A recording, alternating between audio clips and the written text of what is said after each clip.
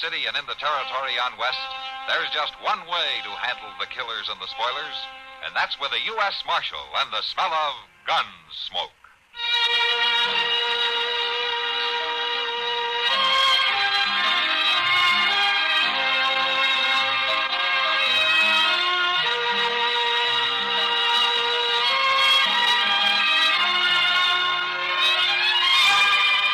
Gunsmoke, starring William Conrad. The story of the violence that moved west with young America. And the story of a man who moved with it. I'm that man. Matt Dillon, United States Marshal. The first man they look for and the last they want to meet. It's a chancy job, and it makes a man watchful. And a little lonely.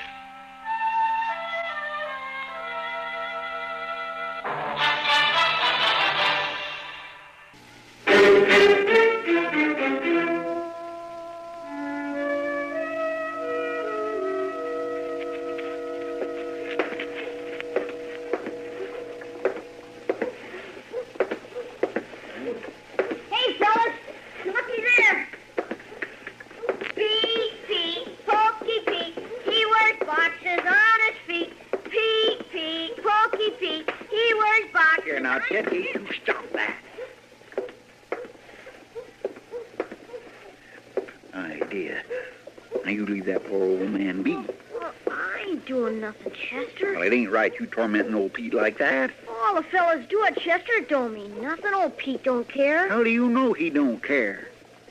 Well, he don't say nothing. It don't make no difference if he says nothing or not. It just ain't right teasing a body for no reason at all. He's awful funny looking, Chester. Well, now, ain't that a shame? You live as long as old Pete, you might be funnier looking yet. What do you mean? You can't never tell what might happen to you, Ted. Why, you might just grow another ear or another nose or something like that. No, sirree, you can't tell at all how you might turn out. And I'd be mighty careful before I poked any fun, mighty careful. Well, I guess maybe. Here, pull this while I see if it's strong enough. All right. Hey, that's a fishing pole, ain't it? That's a fishing pole. Of course it's a fishing pole. Ted, if you spent more time down at the river instead of tagging along after old Pete, you wouldn't ask fool questions like that. Hold it steady now. Let me see. Yeah, I guess that'll do all right. You going fishing now, Chester? Well, say, now that sounds like a good idea. Got a special place to go? Boy, I got me a place where them catfish is so big you can hear 'em meowing before you even reach the river. I'd like to see that, Chester. Well, it's a sight to see, Ted. A sight to see. Yeah,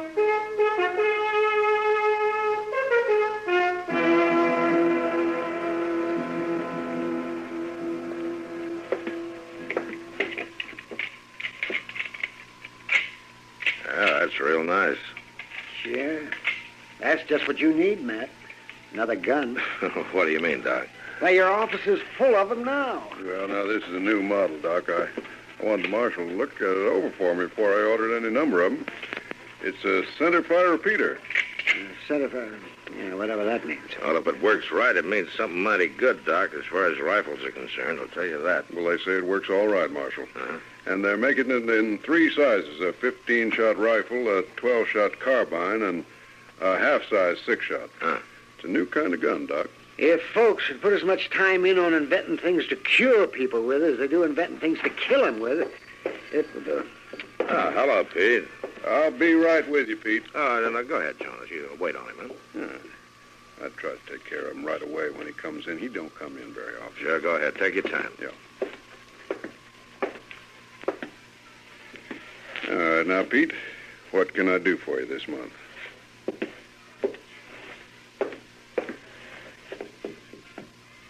Oh, want some of them candles over there? Now, how many you want, Pete? 6? Oh, just 2. You sure that'll last you the month? All right. Just 2 it is. Now, what else?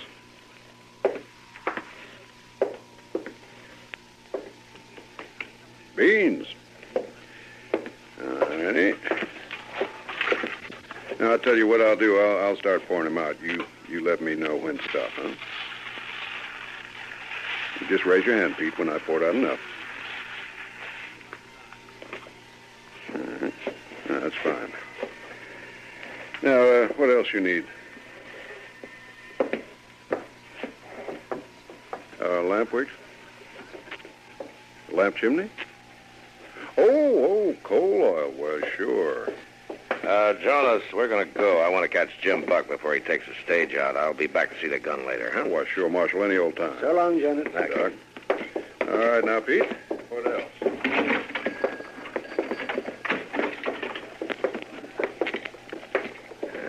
Pete's a strange old coot, isn't he? How long's he been around here, anyway? Who, Pete? Oh, heavens, Matt, I don't know. I doubt if anybody does. He's been coming into town once a month. Ever since I've been here, and probably long before that. Why doesn't he talk, Doc? You know what ails him? No, I don't, Matt. He's never asked for any help. He's never been anywhere near my office. I wonder he's so patient with all the tormenting that he takes. Oh, he's always been gentle with the youngsters. Sometimes he can get riled with grown-ups, though. And talking of getting riled, Chester said he was going to bring a package up from the depot for me. Where is he, anyway? Chester is taking a day off. A day off? What's Chester need with a day off? Well, he told me he wanted to take a friend fishing. Fishing? Oh, well, I better get down to the depot and get it myself. And I'll see you later, man.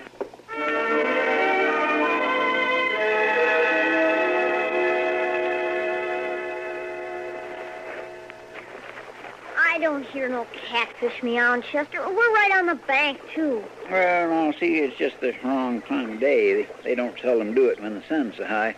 You're more likely to hear him carrying on around supper time. You sure talk funny. No, I ain't talking funny at nobody the way you were doing to old Pete this morning. I won't do it no more. It's a good thing. Might not come out so good next time. How's that? Well, because old Pete might just turn around and snap you right in two. That's how's that.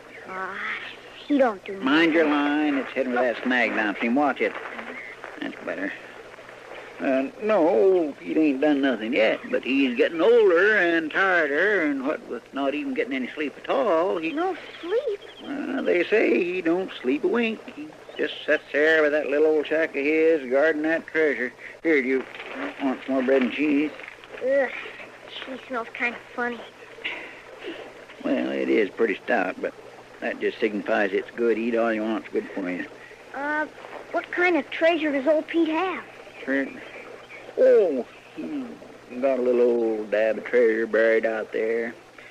They say he towed it clean up the Mississippi off on a pirate ship. You ever seen it, Chester? Well, no, I ain't never seen it exactly, but he uses gold money when he comes to town. He sure has to get it from somewhere. Pirate gold. That's what it is, piece of eight. Piece of what? I'd sure like to see some pieces of eight. Well, now, I ain't so sure that it's pirate gold. I might just take me a run out there and see. Now, that ain't likely to be a very good idea. Sit still, Ted. If you fell in that river, the catfish would have to help you. Where are you going? I gotta get back, Chester. I got something to do. Well, now, don't you get lost getting home. Boys, they sure don't grow up like they used to. It's just hard to tell what the world's coming to.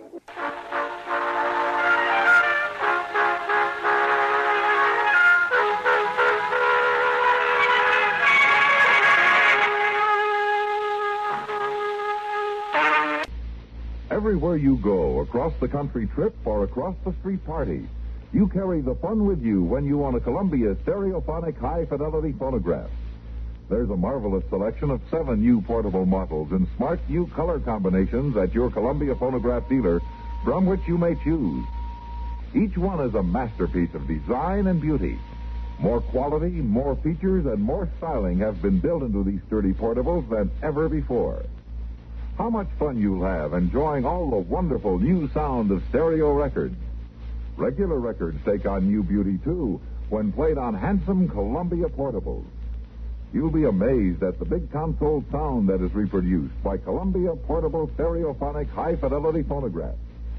You'll thrill to the excitement of Stereo One by Columbia, #1 in the wonderful world of sound. And Columbia portables are economical, too. Prices start as low as $24.95. See them and hear them at your Columbia phonograph dealer.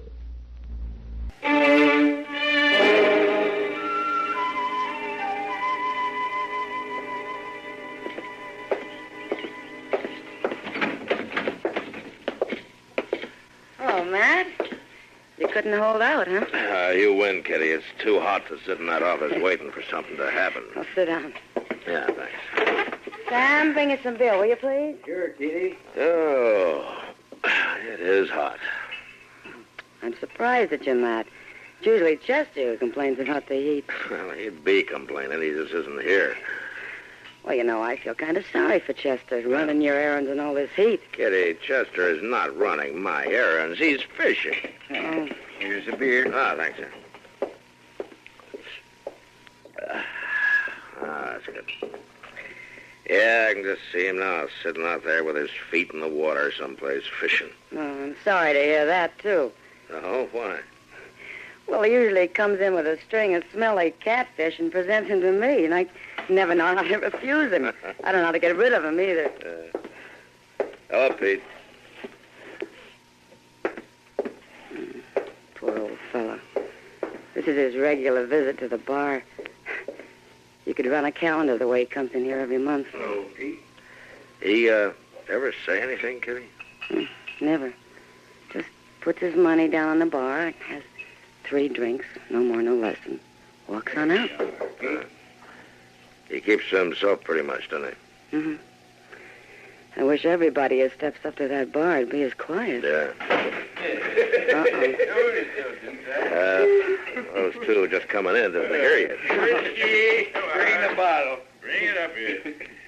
Hey, little lady, come on up here and have a drink with us. Come on, have a drink. No, thanks, boys. Not right now. You come up here, and I'll tell you what I'll do. I'll pay for all the glasses I bought. Oh, looks like I better go up there and settle it. Looks like we both better go, Kitty. Now, that's better. Oh, so you come with her, mister, all right? I'll buy it for you, too. No, thank you. Move right in here. Come on. Give him room, Reese. Well, it ain't me, Mort. It's that big galoot. Well, move him down. Go on, old man, move along. And don't bother Pete, boys. We got room. Go on, old man, move. Now, boys. Can't you hear good? Answer me, can't you hear good? Now, look here. Somebody ought to get a civil answer. All right. That's enough pushing. He thinks she's too good to talk to me. I'll fix him.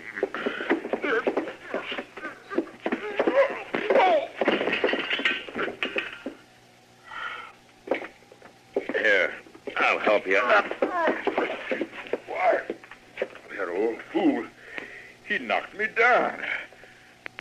I'll fix him. Pete's a little tougher than he looks, isn't he? I'll fix him good. Whatever he did to you, you had it coming.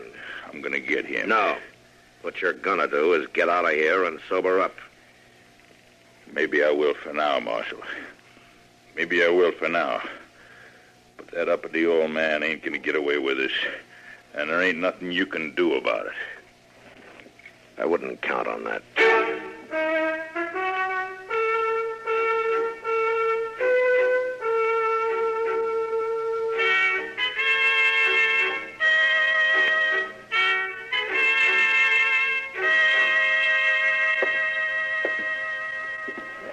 All right, Miss Dillon, all right. If you don't want these fish, I'll just take them right on over and give them to Miss Kitty. I don't think I'd do that if I were you, Chester. Why not? Well, she hasn't gotten over that last batch yet. Why, it's been a good week since I give Miss Kitty them last fish. She ought to be more than ready for this nice new mess. I don't think she is. Well, I swear, I just don't know what use for a fellow putting in all that time fishing if nobody ain't going to appreciate it. Oh, hello, Miss Gage. Hello, Addie. Come in. Matt, I'm afraid I need your help. Oh, sure, Addie. Sit down and tell me about it. Get her a chair, will you, Chester? Yes, sir. Here you are. Thank you, Chester. All right, Addie, what's the trouble? It's my boy, Ted. Why, he's a nice young'un. He couldn't be in no trouble. Never mind, Chester. What about Ted? Well, he isn't home. Wasn't home all day and didn't come home to supper. That's not like him, Matt. I'm afraid for him. Oh, no, Addie, boys his age get to feeling pretty big. Sometimes they just forget to come home right on time. Not Ted. Ever since his pa died, he's taken great stock in doing the evening chores for me. He wouldn't just run off. Oh, shucks, Miss Gage, he's bound to be all right. I see him this afternoon looking just as fine. You saw him? Sure, we was fishing together. Did he come back to town with you? What? No, ma'am, he didn't. He come back before I did. I kind of wondered about it, too, at the time. How's that? Well, it sure seemed like he was took with the story I was telling him about old Pete and all. But I just started telling him the best part when Ted run off. What part was that, Chester? Well, the part about how old Pete sets up all night guarding that buried treasure. What buried treasure? Well, now, I don't really take much stock in it, but the boys seem to be pretty took with it. Chester, what did you tell him? Well, now, lots of people think old Pete's got some pirate's gold buried up there somewhere. Matt, that must be where the boy went. Yeah, he might have, Addie. Chester, go get the horses. Yes, sir. Don't worry, Addie. If he's there, we'll bring him back.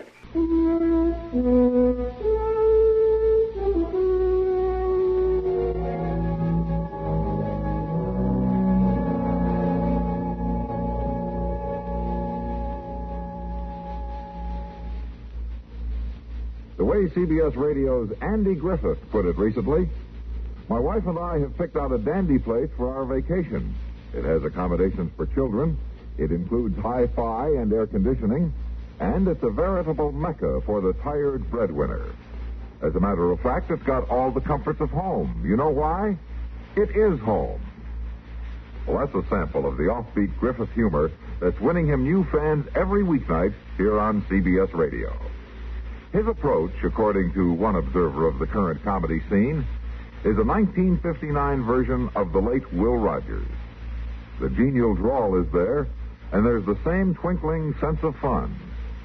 You're sure to like what you hear when Andy Griffith takes to the air right here at this spot on your dial. Along with Andy Griffith, you'll enjoy hearing all those sparkling Comedy Time features. The Amos and Andy Music Hall, Burns and Allen, and Bob and Ray. They're yours for the laughing, weeknights on CBS Radio.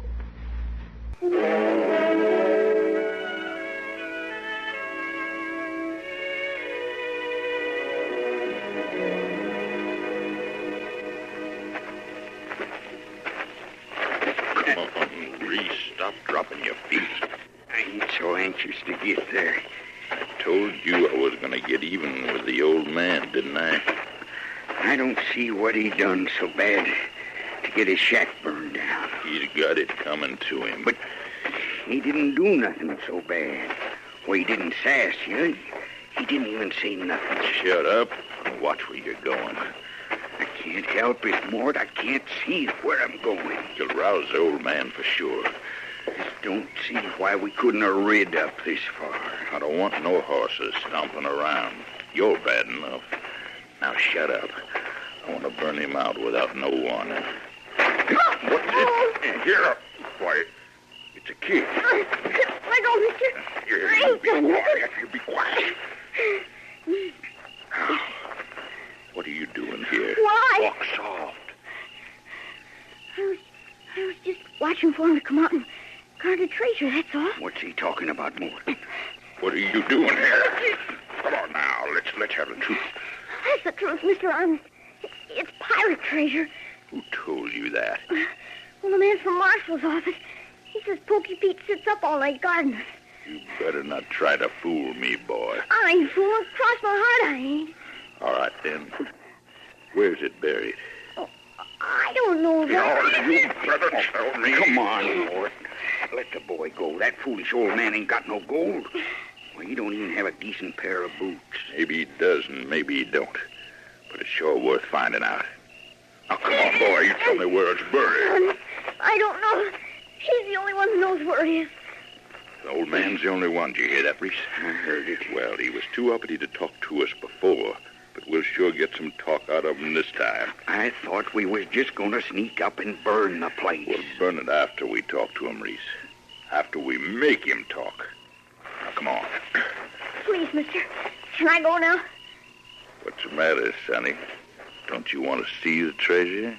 Well, I want to go home. You ain't going home yet, Sonny. Not just yet.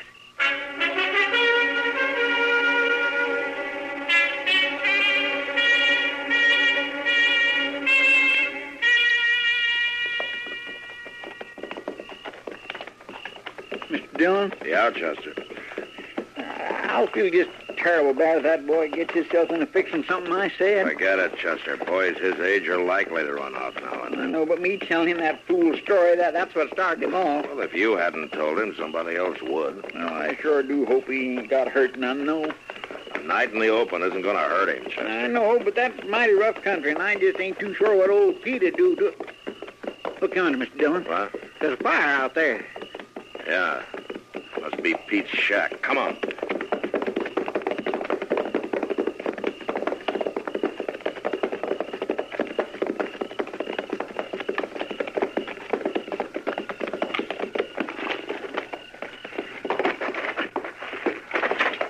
Look around, see if anyone's around here.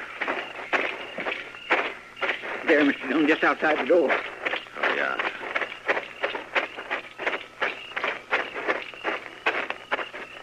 It's Pete. Yeah.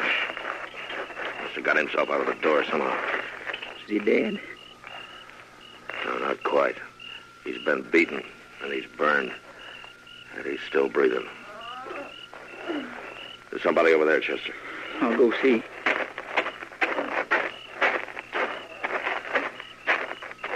Oh, my gracious. Mr. Dillon? Yeah, Chester.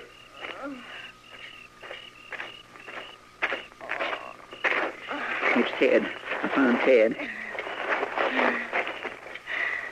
He's been hurt, too. Looks like he's coming out of it. Honest, I don't see nothing. Just take it easy, Ted. You're all right now. Don't hit me, mister. Nobody's going to hit you, Ted. It's Marshal Dillon. Marshal, don't let him get me, Marshal. Don't let him beat me like they did old Pete. Nobody's going to beat you, Ted. You're all right now. I kept asking him, beating him, and asking him, beating him. Asking him what, Ted? Where that treasure was. Oh, my gracious. He wouldn't tell him nothing. No matter what they did. Yeah. I bet they'll never find the treasure, Marshal. That's right, Ted. They'll never find it. All right, come on, Chester. Let's get them both to Doc.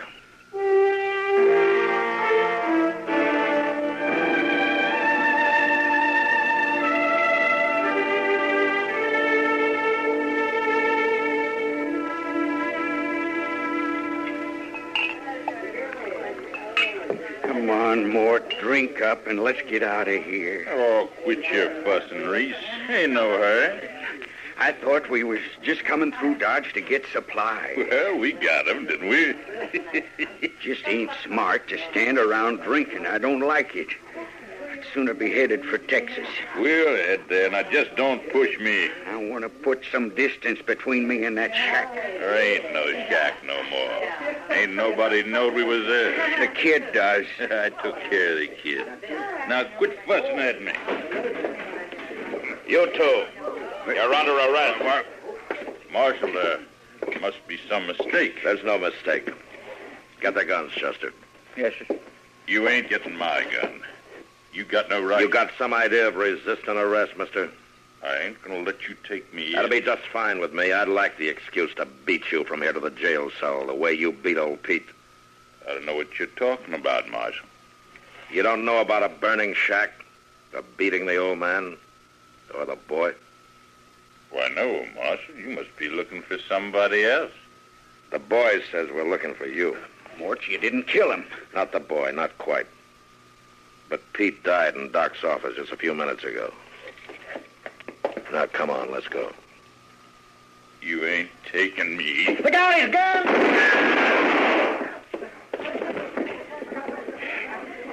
You got him, Mr. Dillon. Yeah. Bring the other one along. Now, wait a minute. Wait a minute. Now, that wasn't my idea. You did your share. It wasn't my fault. I didn't mean no harm. It was the old man's fault. How do you figure that? What?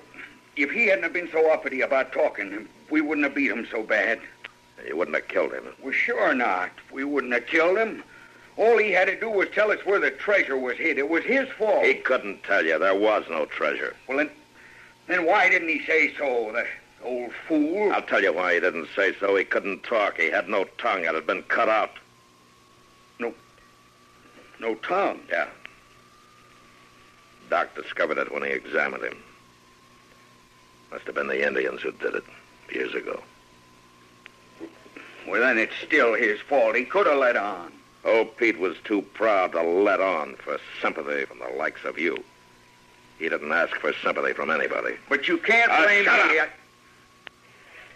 Come on, Chester, let's get him out of here.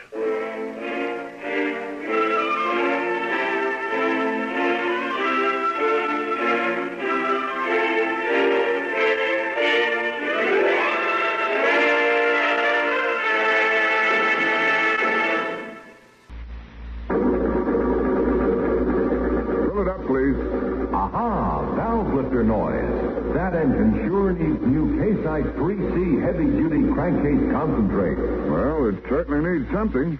But the car is practically new. It'll run like new, too, sir, if you keep its engine clean and friction-free with Case-ICE's new 3C in the crankcase. Case-ICE 3C with Barron. Quickly stop hydraulic valve lifter noises. Well, I haven't time to leave it now. Maybe when I have more time. Only takes a minute to add a can of Case-ICE 3C to your oil. Case-ICE 3C will clean your engine while you drive, cushion the working parts, and stop that noise. And it costs only $1.50. Case-ICE 3C smooths and quiets your engine, gives it more pep and power. Increases gas and oil mileage, too. Only $1.50? Then it works while I drive? Works while you drive. After only a few miles, you'll really notice the difference. Case-ICE 3C is guaranteed. If you don't get results, you'll get double your money back.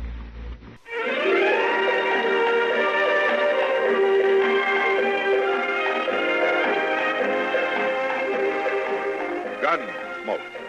Produced and directed in Hollywood by Norman Macdonnell, stars William Conrad as Matt Dillon, U.S. Marshal. The story was specially written for Gunsmoke by Marion Clark, with editorial supervision by John Meston. Featured in the cast were Richard Beals, Barney Phillips, Jeanne Bates, Vic Perrin, and Bart Robinson. Parley Baer is Chester, Howard McNear is Doc, and Georgia Ellis is Kitty. This is George Walsh inviting you to join us again next week when CBS Radio presents another story on Gunsmoke.